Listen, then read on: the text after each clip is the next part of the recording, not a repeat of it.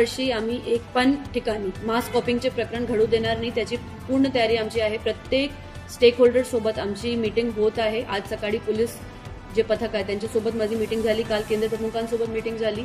मी सगळ्यांना आवाहन करू इच्छिते, जे मुलं आहे, त्यांचे पालक आहे, शिक्षक आहे, की आपल्याला एक नवीन पिढी घडवायची आहे, चांगली पिढी घडवायची आहे, जी स्वतःच्या बलावर उभे राहण्यासाठी तयार आहे। चीट कॉपी केल्यानंतर त्यांना स्वतःवरती कॉन्फिडन्स काही राहत नाही। तर आपल्याला चांगली पिढी घडवायची आहे, म्हणून काही करून त्यांना चीटिंग करू देऊ नका तुम्ही, आणि त्याच्यामध्ये सहकार्य अजिबात करू नका। जर असे प्रकरण आमच्या समोर आले तर आमची तयारी आहे निलंबन करण्याची, वडतर्फ करण्याची सुद्धा।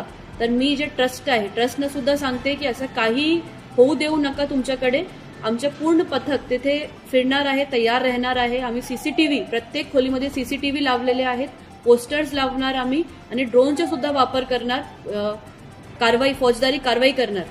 जे काही शक्य आहे ते आम्ही करणार, पण यावर्षी जालन्यामध्ये एक पण चीटिंगचे प्रकार आम्ही घडू देणार नाही। आणि जर अशी माहिती कोणाकडे आहे तर आमच्यापर्यंत पोहोचवा, असं पण मी आवाहन करते। सेंटरची मान्यता रद्द झालेली आहे, एक्झॅक्ट आकडा आम्ही सांगतो, आणि ते सेंटर पण काही चेंज झालेले आहे। 12 प्रकारचे सेंटर सेन्सिटिव्ह आहे, त्याच्या व्यतिरिक्त काही सेंटर्स आम्हाला असं दिसत आहे की दे कॅन बी सेन्सिटिव्ह, त्यांच्यासाठी सुद्धा आम्ही प्रिव्हेंटिव्ह डिटेन्शन करणार आहोत।